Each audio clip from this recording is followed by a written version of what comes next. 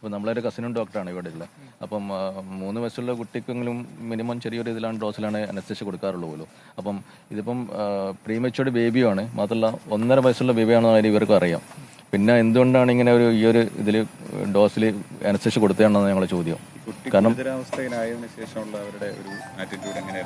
ഇല്ല, അവരെ സൈഡിൽ മാത്രമല്ലേ പറയുന്നുള്ളൂ, അവരുടെ സൈഡിൽ ന്യായം മാത്രമേ പറയുന്നുള്ളൂ. അവർ മറ്റുള്ള ഒന്നും പറയുന്നില്ലല്ലോ. ബാക്കി അവർ തന്നെയാണല്ലോ ഞങ്ങൾ ഇവിടത്തേക്ക് അയച്ചത്. അപ്പം അതിനൊരുന്നാണ് അവരെ പിന്നെ ഫോൾട്ട് മനസ്സിലാക്കിയിട്ട് അവർ തന്നെ ഞങ്ങൾ ഇങ്ങോട്ടേക്ക് അയച്ചത്. അവർ പറയുന്നത് സ്വാഭാവികം ഇങ്ങനെ സംഭവിക്കരുത്, അങ്ങനത്തെ വർത്തമാനം പിഴവ് സംഭവിച്ചു. കാരണം അവരെ ഭാഗത്തു നിന്നുള്ള കുറച്ച് പിന്നെ ഡോസ് കൂടിപ്പോയ കാര്യം അവർ സംഭവിച്ചല്ലോ. നമ്മുടെ അതിന്റെ പ്രൂഫും ഉണ്ട്, ഓഡിയോ പ്രൂഫും ഉണ്ട് അതിന്റെ.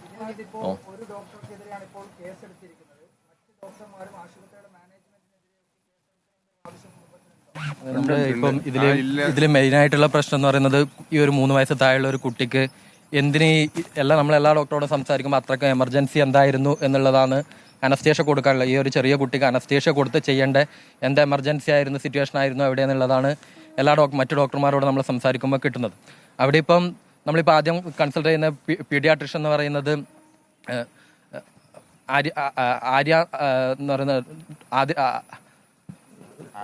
ആര്യ അന്തർജനം എന്ന് പറയുന്ന ഡോക്ടറാണ്. അതാണ് പീഡിയാട്രിഷ്യൻ എന്ന് പറയുന്ന ഡോക്ടർ. ആ ഡോക്ടറും പിന്നെ ആരതി എന്ന് പറയുന്ന ഡോക്ടറും ആണ്. ആശ എന്ന് പറയുന്ന ഡോക്ടറും ആരതി എന്ന് പറയുന്ന ഡോക്ടറുമാണ് പീഡിയാട്രിഷ്യനും പ്ലാസ്റ്റിക് സർജന്റെ ഡോക്ടർമാർ ഉണ്ടായിരുന്നത്. അവരെ സജസ്റ്റ് ചെയ്തതിന് ശേഷമാണ് അനസ്തേഷ്യ കൊടുക്കുന്നത്. ആ ഒരു തീരുമാനത്തിലേക്ക് എങ്ങനെ എത്തി എന്നുള്ളത് ഇപ്പം 2 ദിവസം കൊണ്ട് തന്നെ മുറിവ് പൂർണ്ണമായും ഉണങ്ങുന്ന ഒരു അവസ്ഥയിലേക്ക് എത്തിയിട്ടുണ്ട്. ആ ഒരു എമർജൻസി എന്തായിരുന്നു എന്നുള്ളതും അവിടെ പരിശോധിക്കേണ്ട കാര്യം തന്നെയാണ്. ഈ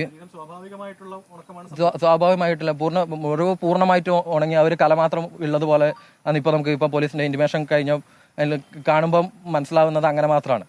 പിന്നെ അവിടെ അനസ്തേഷ്യ കൊടുക്കുന്ന സ്പോട്ടിൽ തന്നെ ഹൃദയാഘാതം സംഭവിച്ചു എന്നാണ് ഡോക്ടർമാർ പറയുന്നത്. അവർ പറയുന്നത് 1000-ൽ ഒരാൾക്ക് 10,000-ൽ ഒരാൾക്കൊക്കെ ഇങ്ങനെ സംഭവിക്കാം എന്നാണ് അവർ പറയുന്നത്. പക്ഷേ അതിൻ്റെ ഒരു തരത്തിലില്ല. ഒരു പേപ്പർ ഒപ്പിട്ട് വാങ്ങി എന്നല്ലാതെ അതിൻ്റെ ഒരു സീരിയസ്നെസ്സും രക്ഷിതാക്കളെ പറഞ്ഞ് ബോധ്യപ്പെടുത്താൻ വേണ്ടിയിട്ട് ഡോക്ടർമാർ അങ്ങനെ ഒരു അനസ്തേഷ്യ കൊടുക്കുമ്പോൾ ഉണ്ടാവുന്ന ഇങ്ങനെ ഒരു ബുദ്ധിമുട്ടിനെ പറ്റി ബോധവാന്മാരാക്കാൻ വേണ്ടി അവർ നിന്നില്ല എന്നാണ് രക്ഷിതാക്കളും പറയുന്നത്. അതിൽ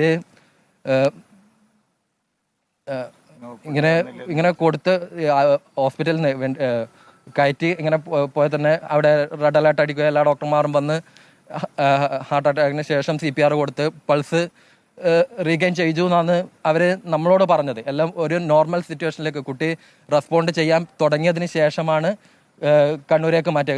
ഇവർ തന്നെ ഹോസ്പിറ്റലായ BMHലേക്ക് കണ്ണൂരിലേക്ക് ഷിഫ്റ്റ് എമർജൻസി ആയിട്ട് കൊണ്ടുപോകണമെന്ന് പറയുന്നത്.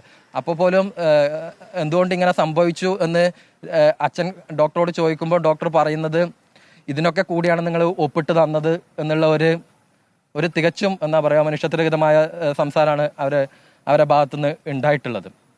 പിന്നെ ഇവിടെ എത്തി നമ്മൾ ഇവിടെ അഡ്മിറ്റാക്കി ഇവിടെ എത്തിയപ്പോൾ തന്നെ ഡോക്ടർമാർ പറഞ്ഞു കുട്ടിയുടെ അവസ്ഥ നല്ല സീരിയസ് ആണ്. 48 മണിക്കൂർ MRIക്ക് ശേഷമേ എന്തെങ്കിലും പറയാൻ പറ്റും, ബ്രെയിനിൽ എത്രത്തോളം ഡാമേജ് സംഭവിച്ചിട്ടുണ്ട് എന്നുള്ളത് പറയാൻ പറ്റൂ എന്ന് പറഞ്ഞു. നമ്മൾ അവിടെ പയ്യന്നൂർ ഡോക്ടർമാരോട് സംസാരിക്കണം എന്ന് പറഞ്ഞു. അവർ ഒരു തരത്തിലും ഞായറാഴ്ച വൈകുന്നേരമാണ് ഇത് സംഭവം.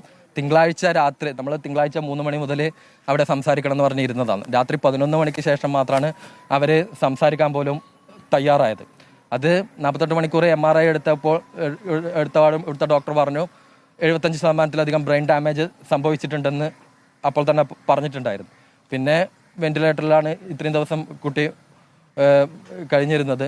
ഇന്നലെ രാത്രിയോടെ വീണ്ടും ഹൃദയാഘാതം സംഭവിക്കുകയും ഉണ്ടായിട്ടുണ്ട്. ആ ഒരു അങ്ങനല്ല നമ്മളെ ഇത് പറയുന്ന ഈ ഒരു ചെറിയൊരു മുറിവിൻ്റെ പേരിൽ ഒരു 2 സ്റ്റിച്ച് ചെയ്യേണ്ട ഒരു മുറിവിൻ്റെ ഇതിൽ ഒരു കുട്ടിയുടെ ജീവൻ നഷ്ടപ്പെടുക എന്ന് പറയുന്നത് ഒരു തരത്തിലും ഒരു മെഡിക്കൽ എന്താ പറയുക ഒരു ഡോക്ടർ 1000-ൽ ഒരാൾക്ക് പറ്റുന്ന സംഭവം അൺപ്രഡിക്റ്റബിൾ സിറ്റുവേഷൻ എന്നൊക്കെ പറഞ്ഞ് ഇത് തള്ളാൻ പറ്റുന്ന ഒരു കാര്യമല്ല. നമുക്ക് ഇങ്ങനെ ഒരു അവസ്ഥ ഇനി ഒരു കുട്ടിക്കും ഉണ്ടാവാൻ പാടില്ല.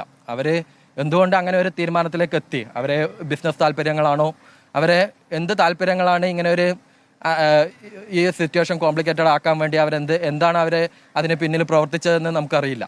ഇങ്ങനെ ഒരു ചെറിയൊരു മുറിവിന് പോലും പോകുന്ന ഒരു ഇതിൽ നമ്മൾ ബേബി മെമ്മോറിയലൊക്കെ ചൂസ് ചെയ്യുമ്പോൾ എന്താ ഏറ്റവും ഏറ്റവും ക്വാളിറ്റിയുള്ള ട്രീറ്റ്മെൻറ്റ് ലഭിക്കുമെന്നുള്ള ഒരു വിശ്വാസത്തിലാണ് നമ്മൾ ഒരു മാതമംഗലം ആശുപത്രിയിൽ പോയാൽ 2 സ്റ്റിച്ച് ഇടണം. അവർ കുട്ടി ആയതുകൊണ്ട് നമ്മൾ മാതമംഗലം ബേബി പയ്യനൊരു ഹയർ ഓപ്ഷൻ എന്നുള്ള രീതിയിൽ ബേബി മെമ്മോറിയൽ ചൂസ് ചെയ്യുന്നതാണ്. അപ്പോൾ ആ ഒരു വിശ്വാസത്തിനെ അവരെ ബിസിനസ് താല്പര്യങ്ങളും മറ്റും കൊണ്ട് ഇങ്ങനെ ഒരു ചെറിയൊരു മുറിവ് കൊണ്ട് ജീവൻ നഷ്ടപ്പെടുന്ന നിലയിലേക്ക് എത്തുന്നത് ഒരു തരത്തിലും നമുക്ക് ഒരു മനുഷ്യത്വരഹിതം തന്നെയാണ് പറയേണ്ടത്. അവർ അതിനെ എന്താ പറയേണ്ടതെന്ന് അറിയില്ല. അത് എന്താ ഒന്ന് ആലോചിച്ച് നോക്കിയാൽ മതി. ഒരു ചെറിയൊരു എല്ലാവർക്കും കുട്ടികളാകുമ്പം താടിക്ക് വിൽക്കുന്നതും മുറിയുന്നതും ഒക്കെ സാധാരണയാണ്. അതും ഈ കുട്ടിയുടേത് ഒരു 1-2 സ്റ്റിച്ച് മതിയാവും എന്നാണ് മാതാമംഗലത്തെ ആദ്യം പോയ ഹോസ്പിറ്റലിലെ ഡോക്ടർ പോലും പറഞ്ഞത്.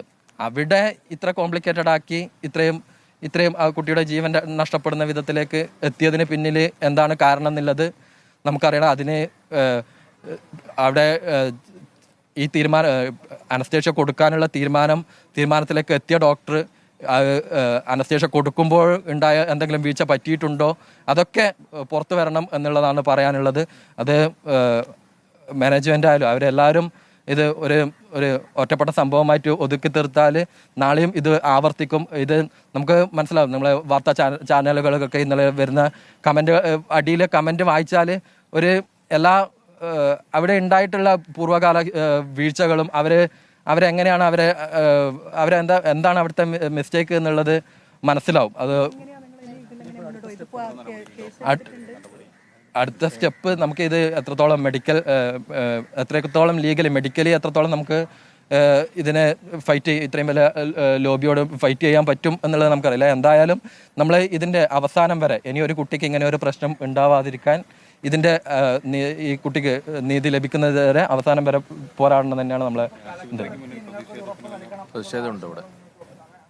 നമ്മളിപ്പം പയ്യന്നൂർ ഡിവൈഎസ്പിക്കാണ് ഇതിൻ്റെ അന്വേഷണ ചുമതല.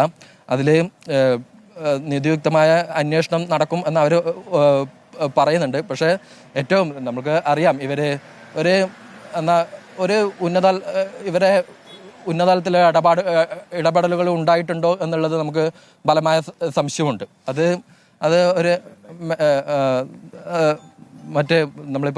ഇപ്പം ഒരു ഡോക്ടർക്കെതിരെ മാത്രമാണ് FIR വന്നിട്ടുള്ളത്. അത് മാനേജ്മെന്റ് മൊത്തം ഈ എല്ലാ ഡോക്ടർമാർക്കെതിരെയും അവിടെ ഉണ്ടായ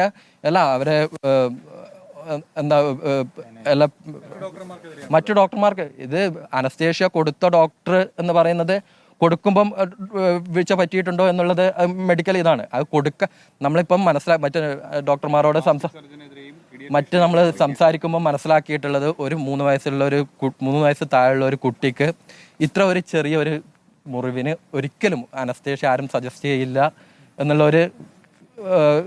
അഭിപ്രായം കൂടി കേൾക്കുന്നുണ്ട്. അതൊക്കെ പരിശോധിക്കപ്പെടണം എന്നുള്ളതാണ് പറയാനുള്ളത്. അല്ല, ഒരിക്കലും അല്ല.